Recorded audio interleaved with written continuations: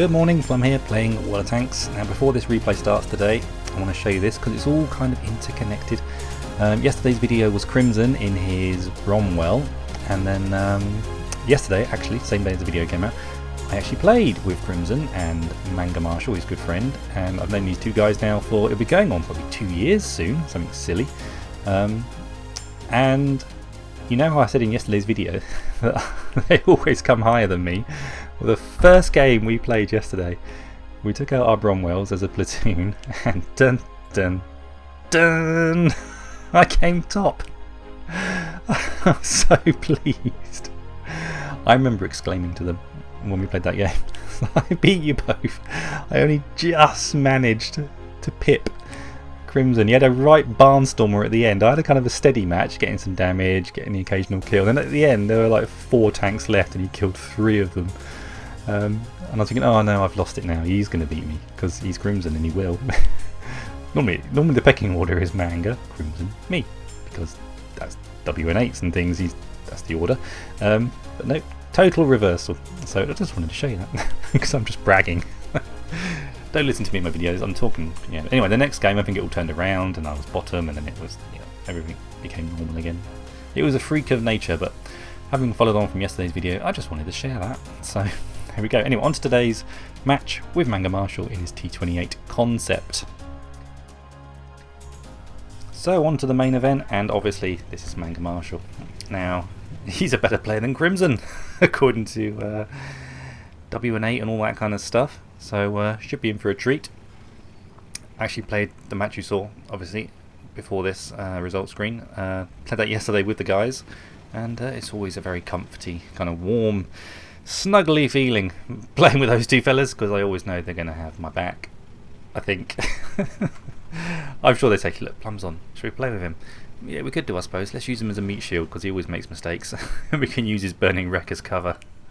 It's probably what they say. I'm sure they don't. So he's in his T28 Concept. I'm currently doing the missions for this tank, and actually quite looking forward to getting it, because it is a weird looking machine. I do like my unusual machines. It's a little bespoke, isn't it? It looks a little bit handmade. Oh my god, I don't think I want one now. The accuracy on that thing on the move, incredible. So he's putting this in his face. I don't think he's too worried about being shot by this tier 6 medium. The T28 Concept does have actually pretty remarkably good armour. Ooh. Ow! KV2 has just wiped out nearly half our hit points. We know he's on a big reload now, so is he what he's going to go for? He is. We need to get that KV2 out of this game because we are being... Oh my god, we're only 90 seconds into the game and we've got 110 hit points left. This is crazy. I mean, the Churchill's like, what? Do you want me to move? Yes, please, move. Yeah, this is the first time I've featured this tank on the channel, actually. I think it feels pretty safe, you know, about not being penetrated from the front. I'll show you tanks GG at the end of this match, just to show you how good the armour is on the front of this machine. As long as tanks are in front of him, take out that KV2. He's definitely played the odds here. He's taken out the tank that was hurting him the most, and left himself with a couple of tier 6s that are going to struggle to penetrate his armour. All they've got to do is shoot those lumps sticking out the sides, the ears sticking out the sides of the tank as you look at it frontally. Those machine gun ports, they are big weak spots. Everything else is just an auto bounce or over 200mm thick. Going to really struggle. So he's currently perma-tracked, it seemed. If we can get our tracks back, we can go around that corner. I think the IS is stuck on that corner. He can't get shots at us because we've got backup behind us on our left flank. But no, that would just be me. I'd probably be dead now because I'd go around that corner. The IS would think, screw it, I'm going to kill that T28 Concept and come around and put one in my back. Manga decides better of it. At the moment, of course, usual disclaimer apply. I haven't watched this. I don't know what's going to happen. That's in the results screen. But aiming. Do we take that? Ooh, we just hesitate for a moment and miss that shot. Bit unfortunate. 110 hit points. These guys need to load high explosive. Nope, they're going to keep on firing armor piercing at us. That's what you rely on, isn't it? Half the time in these sorts of matches, you rely on people not doing the right thing to take you out of the game. Oh, we're just going to lose. Oh, hello. The T34 is toast. We take more bounces. I think we might pick up steel wall, you know, on this one. Maybe. Come on, IS, come around that corner. Come and say hello. I'll take a quick look at his gun stats on the. He's got preloaded for the APCR, but right now he's firing the armor piercing. 105mm gun, 181 penetration. Even this gun would struggle to penetrate itself.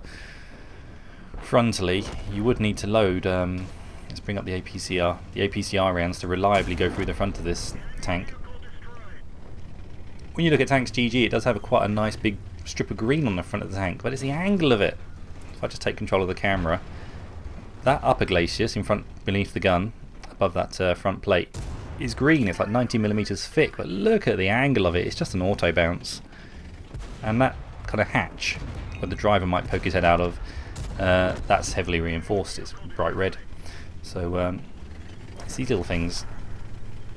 That there and the one on the other side, shoot those things if you can see this tank. I'm quite intrigued now to get one of these. Anyway, team's collapsing. Managed to pick ourselves up 4 kills and defend this corner of the map reliably. So now we've got to go down to base and defend the base. Hello. Hello, little ELC. You better start dinking around, little ELC, because... Don't stop, ELC. Did we track him? Did we knock out his engine? Why did he stop? Why did he yell? I don't know why the ELC stopped.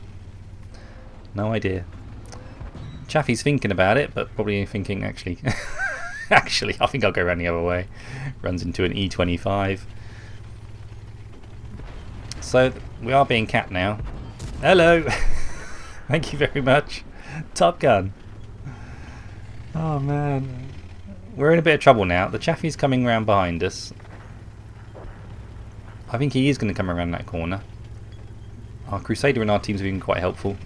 Also telling Manga that there's a Chaffee coming around this corner. If he comes around at speed, we might only get one chance at this, but we don't need that. Read the minimap well then, Manga. Knew exactly what to expect. Chaffee was doing probably what a Chaffee needed to do, but the Chaffee needed to do it another road over, I think, and not even give Manga a hint that he was going to come around behind him.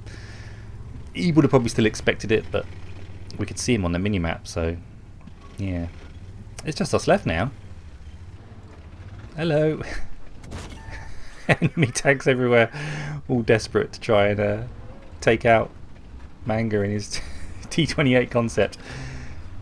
When this thing is top tier, it's a pretty remarkable tank. I think even if it was in a tier 8 game, it's pretty decent. If you know where to shoot it though, you're in a bit of trouble. Because those big floppy ears on the side, it's like a giant bunny rabbit.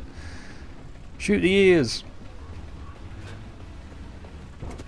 Oh, and the SU-100Y finally puts an end to our rampage. Unlucky, mate. That was well defended. You really got stuck in on that corner of the map. Look, he hardly travelled anywhere. He went from the flag to this corner and just played tanks as hard as he could. Cracking game. Let's take a look at his post-game stats and see how he did on his team. More than double XP? Yeah, probably more than triple actually. Let's take a look. Good enough for his ace tanker. Pick up a couple of little mini medals. We also pick up cool-headed to survive at least 10 ricochets in a row. High caliber and top gun.